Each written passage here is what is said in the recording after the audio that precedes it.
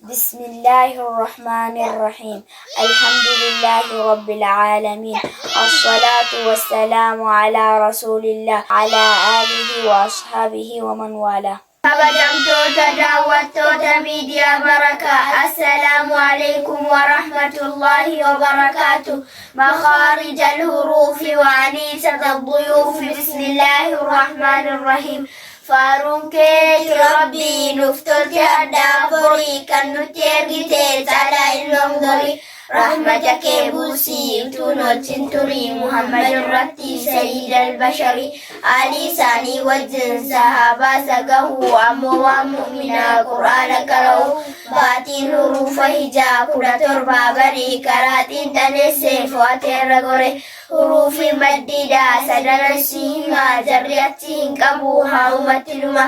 alif booda fathaa waaw booda dhammaa yaa'i booda kasraa kumaddii waamama jalqaba mormaatii hajaan haa wajjinii walakkaa dhaabahaa ayin haa wajjinii wayin gara dhumaa haa dabalatee qaafti qila arrabaa kaafti naas butate jiimiif shiiniif yaa'i walakkaa arrabaa waatti bukkee goree kaawwatachi qaba yookaan gara bitaa yookaan mirgumaa namni isa bareechee colleedha jedhama. makaarijni ilaamii dhihoo bukkee arrabaa nuunis fiixee jalaa raa irratti dhaba.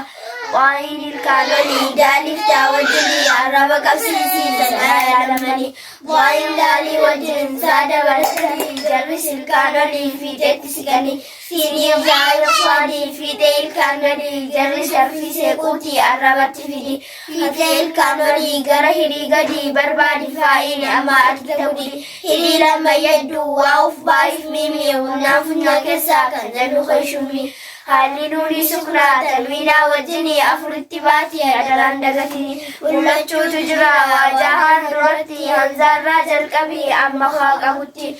unaanufnaan baddii waa afuriin duraa yoo lakkaa'u feete yoominuu si bira unaanufnaan baddii laamiif raa biratti bareechi eeggadhu yoo dhufte fokkifti ni taasisii dhoksii yannaa baay'in biraa laakin hin dagatini unaan achi jira 15 hafee biratti hin dhaqfama unaan isin ooltu achitti argama miimiif nuuni shaddaa kanaaf kanan qabu irra seeras guruu unaan achi jiru miimiif sukuna taate yoo baay'itti dhufte dhaqfamu barame unaan achi dhufe harfiin gosti tokko wal duukaa yoo dhufe durri suknaa taanaan kan lamuutu hafe tokko yoo hin ta'in warri baatiin tokko durri suknaa taanaan kan argamu tokko laamin jalaalaadhaa lama furdaaf malaa booda fataaf gommaa akka jecha Allah booda kasraa dhufuu hin argite qallaa akka bismillaahi walhamdulillaahi haala raayarraa waa sadin sittimaa fataadhaaf gommaadhaan dhufuu hin furdifama suknaa booda kasraa yookaan immoo kasraa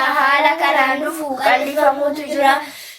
haala kanaan dhufu qallifamuutu jira furdisi yoo dhufe booda harfi olii yookaan gaafa hin ta'in kasraan sun asli furdiftus qalliftus yannaa geessu firqii qaafiif qayniif qaa'iin hin taane mutlaqii harfiin olii torbaa baruu feetu abbaa kusoo lakkaa dhukkubaa huruufii qas jettuu hin baratta qulqullaa haala sunnaa taateen ala dhaabdu caalaa meesitti lakkaa'u qulquba jedhee ofiifuu hin lakkaa'an ni baruu fede maddiin harkisaadha afur qofan himaa waajibaaf jaa'izaa aaluudhaaf laazima waajiba kan jennu hamzaa maxxanfate jaa'iza kan jennu hamzaan isa boodaati aaruudha kan jennu suknaadha yoo dhaabnu akka ta'alamuuna akka nastaa'inu laazima kan jennu kan boonni isaa shaddaa sunaafuu hin gala akka haajuna akka haadda. Assalaamu alaykum.